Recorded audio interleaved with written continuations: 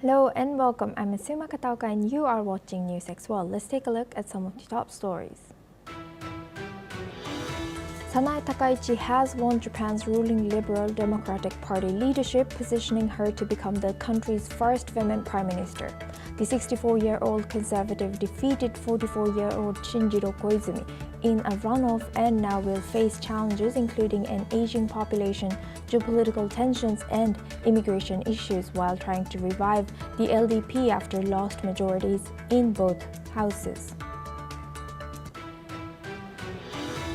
President Donald Trump has urged Israel to stop bombing Gaza, stating that Hamas is ready for peace and has accepted key elements of his plan, including ceasefire, Israeli withdrawal, hostage exchanges, and reconstruction aid, according to media reports, while President Trump has warned of consequences if Hamas had rejected the proposal.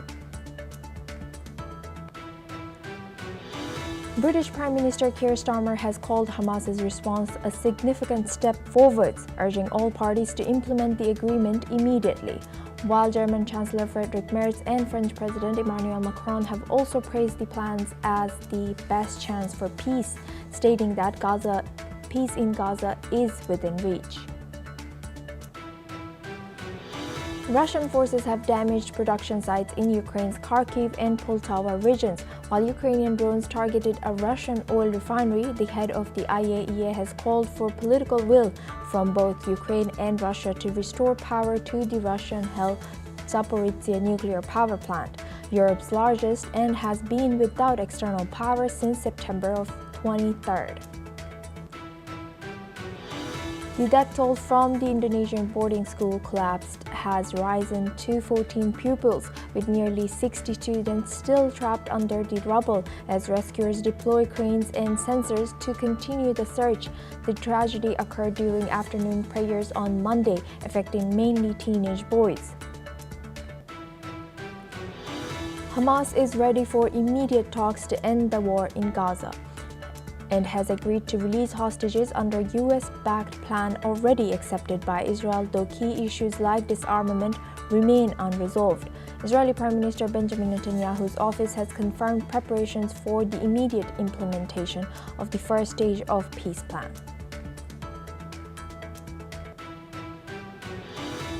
Munich Airport was shut down for the second consecutive day due to drone sightings affecting over 6,000 passengers and causing flight cancellations and delays.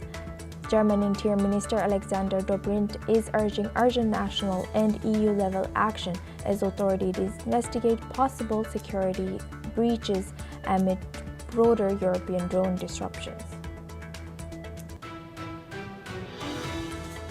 Diddy Combs was sentenced to 50 months in prison and fined $500,000 for prostitution-related crimes after being convicted of transporting people across state lines. For prostitution, District Judge Arun Subramanian, who rejected prosecutors' request for an 11-year sentence, said that Combs' offenses caused irreparable harm to some people. Sanae Takaichi has won the Liberal Democratic Party leadership runoff with 185 votes, defeating Shinjiro Koizumi, who received 156 votes. Following this victory, Takaichi is expected to become Japan's first female prime minister. This marks a historic milestone in the country's political history.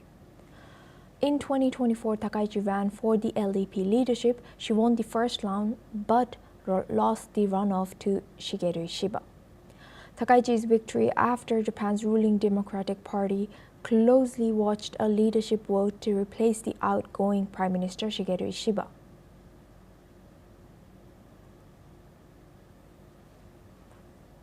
Sanae Takaichi has won the Liberal Democratic Party leadership runoff with 185 votes, defeating Shinjiro Koizumi, who received 156 votes. Following this victory, Takaichi is expected to become Japan's first female prime minister. This marks a historic milestone in the country's political history. In 2024, Takaichi ran for the LDP leadership. However, she won the first round but lost the runoff to Shigeru Ishiba. The Takaichi's victory after Japan's ruling Liberal Democratic Party closely watched a leadership to vote to replace the outgoing Prime Minister Shigeru Ishiba. Now for this discussion, we're joined by Dr. Satoru Nagao. He's a fellow at Hudson Institute, joins us live from Tokyo. Thank you very much, Doctor, for joining us again. Good to see you. Now, how significant is this that a first female leadership has been selected, and how will her leadership change or influence gender politics in the country?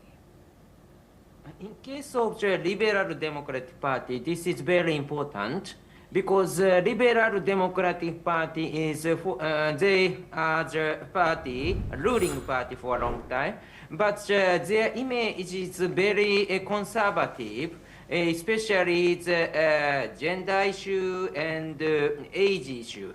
So simply said, 70 years old men are leading the LDP is as a tradition. But now Takaichi sworn in as the first female leader is one kind of the revolution. That is the first step. And because indeed the LDP has changed in this gender-related issue under the Prime Minister Shinzo Abe. She tried to push the lady to join and at the same time persuade the conservative member of the LDP to accept the lady leaders. So that's why this has a starting point. Now the 2025, first time Prime Minister Shinzo Abe sworn in was the 2007 and 2012 also. So that's why more than 10 years has gone, and it was the first time the female leader sworn in as the leader of the LDP. And Ms. Takaichi is really the successor of the Prime Minister Shinzo Abe, so that's why the Shinzo Abe supporters will support her. In this means that this trend is continued to accept the first female leaders. And the female leader is very important for Takaichi because in case of the policy, she is right-wing type of policy. So that's why a little bit conservative image exists. But at the same time, that's why she is the first female leader is a new image, the good image and the fresh image. So that's why combination of the new and old is important to persuade the voters. And in this case, Takaichi can succeed because she can exploit, because of that she is the first female leader of the very conservative party. And so that, yeah, thank you. Yeah, thank you, Doctor, for sharing that. And what challenges does Takaichi face in reviving the LDP's reputation? In this case, most important challenge is in the both parliament, in the upper house and the lower house, current LDP has already lost the majority. So this is the biggest party in the both the upper house and the lower house, but at the same time, without a cooperation with other parties, she cannot sworn in as a prime minister. And in this case, her policy could be the matter. Current coalition partner Komeito dislikes right-wing policy, so that they are left. So that's why there's a possibility the Komeito try to persuade Takaichi to accept the left-wing, more liberal policy. But can Takaichi accept it is a matter of concern because her supporter is right, and the coalition partner is relatively left. So, and after that, even if with the Komeito, still the current LDP lacks a majority, so she needs to persuade other opposition party. And in this case, of course, the candidate will be for the right-wing parties, right-wing opposition parties. But one by one, she needs to persuade. Without this, she cannot be the prime minister now. So this coalition, or even if the case-by-case basis partner, she needs to persuade the other party will be the challenge for her to be the prime minister. And since she is known to be a nationalistic candidate, or she holds right-wing views. So how will she navigate with Japan's relationships with neighboring countries such as China and South Korea going forward? Yes, that is what when the Prime Minister Shinzo Abe, who is also the right-wing type politician, faced the problem with South Korea and China, he focused on the relation with Southeast Asia, India, or Middle Eastern countries, and Europe. So this is a new type of the foreign policy in the Japan's history. Skip the northeastern region and find a new partner outside of the northeast region. So that was quite new. That's why the Prime Minister Shinzo Abe focusing on the new concept, Indo-Pacific, which is far wider than the Northeast Asia. So in case of the Takaichi, successor of the Prime Minister Shinzo Abe, if she faced a problem with South Korea or China or Northeast region, of course, she can choose the same method, which is beyond the Northeast Asia, because Earth is wide and many countries exist. They can find a new partner. That could happen. This means that Indo-Pacific, the concept will revitalize, so under the Takaichi, there's a possibility she try to cooperate with countries far from Japan. That could be the new policy if she faced a tough situation with neighboring countries. And now looking at the voters' votes, how do you think why do you think Shinjiro Koizumi, although there was generational appeal, also there was this fact that he was the youngest contestant among the four, why do you think he lost this battle? View from the very conservative people in the LDP, it's young and ready. Both are the problem. Even if this is view from the common Japanese, this is a new image and good image, but view from the very conservative people, this is a problem. So, but in case of the Takaichi, in case of the Koizumi, indeed, under the current world situation, one has advantage, another one has lost advantage. Because currently in the world, the right wing is getting the majority in the growing the influence. Especially in case of Japan, worry about the relation with Trump administration. And in this case, who has the advantage? Takaichi's right-wing type successor of the Prime Minister Shinzo Abe. This means that when the Takaichi becomes the Prime Minister, in this case, she could be the good friend with the President Trump, the many people believe. So that's why, in case of the Koizumi, still President Trump likes the younger people, like the Vice President Vance or others. So that's why, of course, there is a possibility that Mr. Koizumi could be a good friend of the President Trump, but at the same time, if the right wing is better than the more middle right, in this case, Takaichi has the advantage, many people believe. So this time, Takaichi's right-wing part contributes to her success because U.S. President is right. That is my analysis. Thank you. And can you tell us how is this news covered in Japan? Are people hopeful about this change, about this fresh air in the politics? A little bit interesting situation because the mood is relatively calm.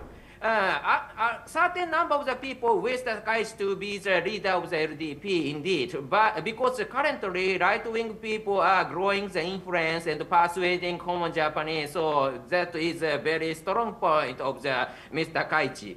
But at the same time, just before this election, many media reports indicate that Takaichi is facing the very tough situation. So finally she won, but everyone surprised indeed. And when the Japanese face the emotional situation, which is shocked one, or this is good, impressive, in this case, same reaction has came from the many Japanese, is silent. When the emotion has moved, they try to hide. It's the Japanese cultural style. So this means that what happened is, why so silent? Everyone do not say anything. Even if the supporter of the Takaichi was shocked, because they did not believe that Takaichi win the election. So that's why this is good news. Of course, good news. They were happy. Despite this, their reaction is very silent. That is the current mood in Japan. That is very interesting that you mentioned that. Thank you for sharing that.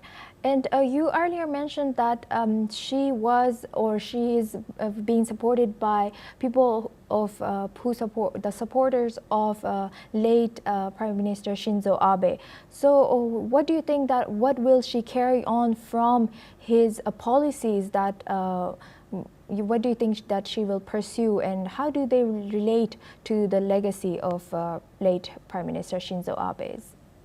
That is some factors affected to the Takaichi's policy. The one is, of course, she is the successor of the Prime Minister Shinzo Abe. So supporter of the Shinzo Abe will support Takaichi, that is true. But at the same time, number has already declined through some of the last elections. Last upper house, lower house, LDP lost many members, including many Abe supporters. So that's why when Takaichi is sworn in, number of the supporters already declined. So that's why as a group, the influence is a little bit small compared with the past. In case of the Shinzo Abe won all elections, and so that's why he was very powerful leader. Takaichi cannot show such kind of influence without number. But and at the same time, still she need. So that's why she need to persuade the opposition party, concede to the opposition party is needed. So that is a very tough situation. Compared with Shinzo Abe, this is a very big problem for her. And another factor is, indeed, Shinzo Abe is a creative character. So Indo-Pacific or Quad or other idea, every time he created and he made this idea to the real policy. So that's why can Takaichi do the same? That is the matter, and it relies on her capability. So that's why compared with the Shinzo Abe, even if she is a successor, influence is limited and the creative character is also needed. This is a little bit tough for her, so she needs to overcome these tough challenges. Right. With that, I would like to thank Dr. Satoru Nagao for joining us and sharing that insight throughout this topic all the way from Japan. Thank you very much. Now we move on to the Middle East. Israeli Prime Minister Benjamin Netanyahu has approved drone strikes on 2 Gaza-bound humanitarian aid boats off of Tunisia early last month. According to reports, the attacks targeted vessels of the Global Smooth Flotilla, which included Swedish activist Greta Thunberg and several European lawmakers. The incidents occurred on September 8th and 9th, when drones launched from submarine dropped incendiary devices on the Portuguese and British-flagged vessels Family and Alma, causing fires. No casualties were reported, and crews managed to extinguish the flames quickly. Under international humanitarian law, the use of incendiary weapons against civilian objects is prohibited. The Global Smooth Flotilla described these strikes as reckless and called for urgent independent investigations to ensure accountability. Separately, the group reported attacks by low-altitude drones late September near Greece, causing damage to at least 10 vessels and disrupting communications without injuries. Israeli naval forces later intercepted most flotilla vessels, detaining dozens of activists, including American citizens and European lawmakers, drawing international criticism.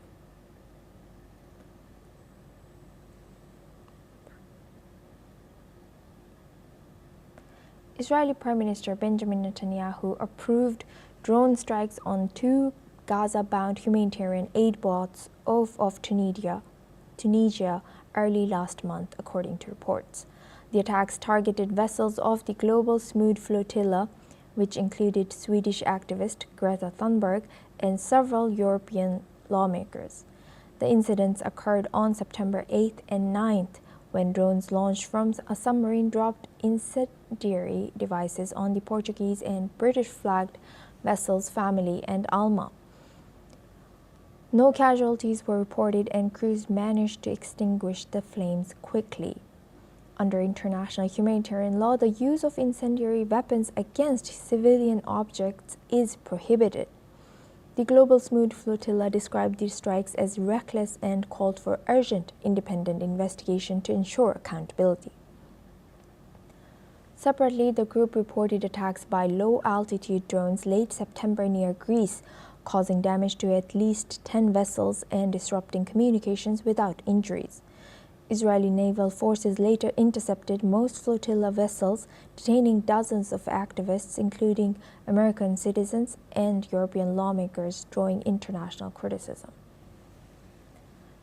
Now we move on as the dust settles in Manchester following the deadly attack on Synagogue on Yom Kippur, which claimed 2 lives and injured others. More details have now emerged about the attacker, Jihad al-Shami. Al-Shami, a British citizen of Syrian origin, may have been influenced by extremist Islamic ideology, which led to him perpetrating this attack. Al-Shami was reportedly given his citizenship in 2006 after immigrating from Syria, where he was born. At the time of the attack, al-Shami was also out on bail after a rape conviction. Police have also released details about the victims of the attack, where one of the victims, Adrian Dolby, was mistakenly shot by police as the encounter unfolded. Police are internally probing the conduct of the members of the Greater Manchester Police at the incident. The incident unfolded after the attacker drove a car at members of the public before stabbing people in Manchester on Thursday morning.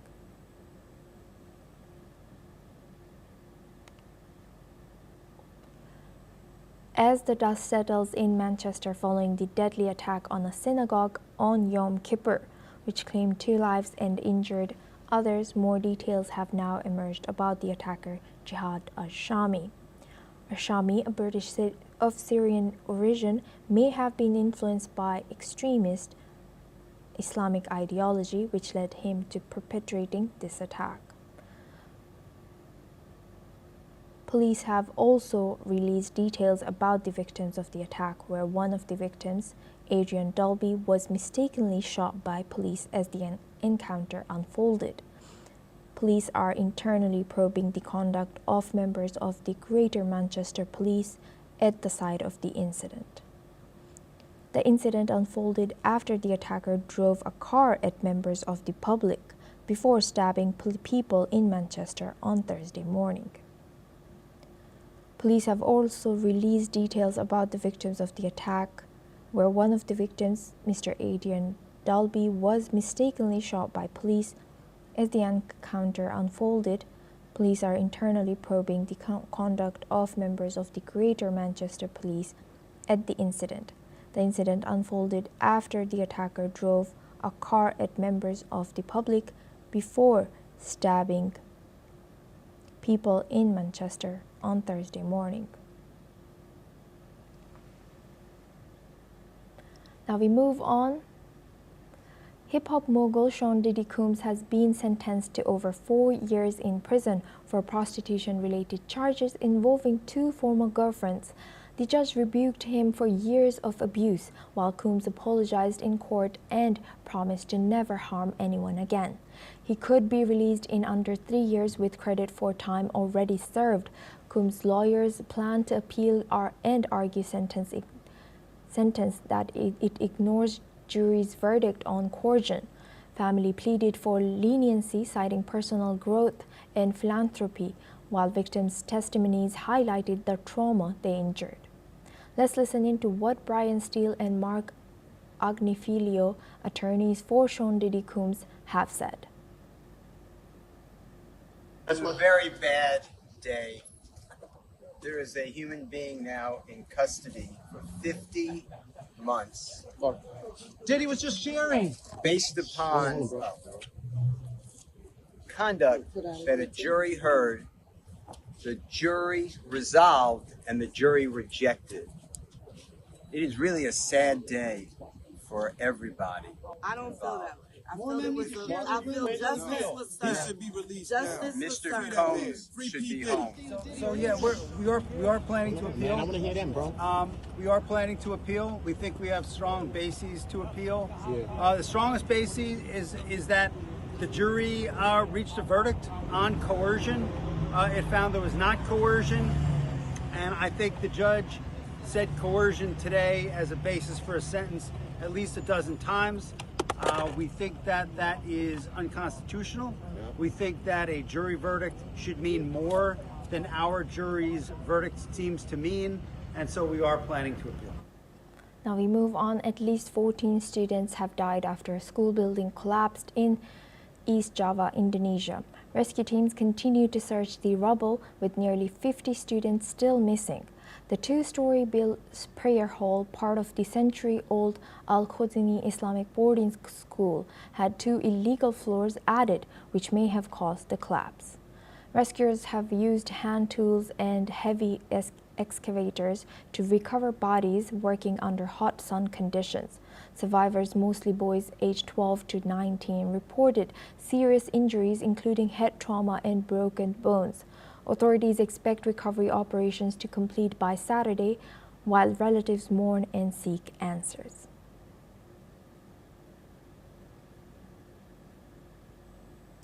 Now we move on. A French photojournalist, Anthony Lalikan, was killed in eastern Ukraine by a Russian drone strike, Ukrainian military reported. Lalikan was wearing protective gear and an armed vest, and he was covering the front line near Druzhkivka in Donbas region. An accompanying Ukrainian photographer, Hori Ivachenko, was injured in the attack as well.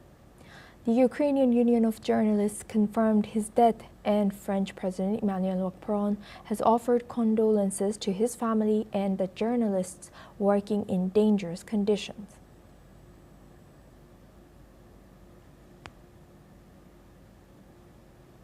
This is all we have time for. We will continue to bring you more news updates